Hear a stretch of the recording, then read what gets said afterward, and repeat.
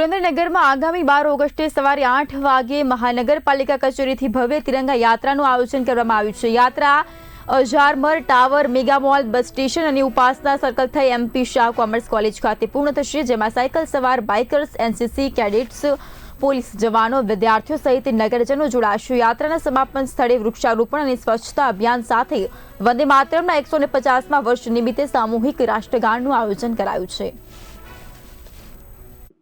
તારીખ 12 સવારે 8 વાગે કલેક્ટર કચેરીથી આપણે તિરંગા યાત્રાનું આયોજન કરવામાં આવેલ છે અને આ તિરંગા યાત્રા કલેક્ટર કચેરીથી લઈને ટાવર, ત્યારબાદ ખીજડીયા હનુમાન, ત્યારબાદ રાજ ચોક, આર્ટ્સ કોલેજ અને એમ કરતાં યાત્રા કોમર્સ કોલેજે પૂર્ણ થશે અને કોમર્સ કોલેજની અંદર નવનાથ વણિક સમાજ દ્વારા વૃક્ષારોપણ, સ્વચ્છતા અભિયાન જેવા વિવિધ કાર્યક્રમ રાખેલા છે અને હર વર્ષની જેમ આ વર્ષે પણ તિરંગા યાત્રા ખૂબ મોટા પ્રમાણમાં અને ભવ્ય થાય એવી આશા રાખીએ છીએ।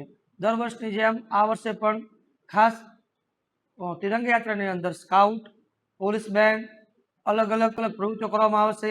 એ સિવાય હું તિરંગાની શાન, આન બાન અને શાનમાં વધારો કરવા માટે સુરેન્દ્રનગર શહેરની જનતાને અપીલ કરું છું કે મોટી સંખ્યામાં સુરેન્દ્રનગરના નાગરિકો 12 તારીખે 8 વાગે તિરંગા યાત્રામાં જોડાય।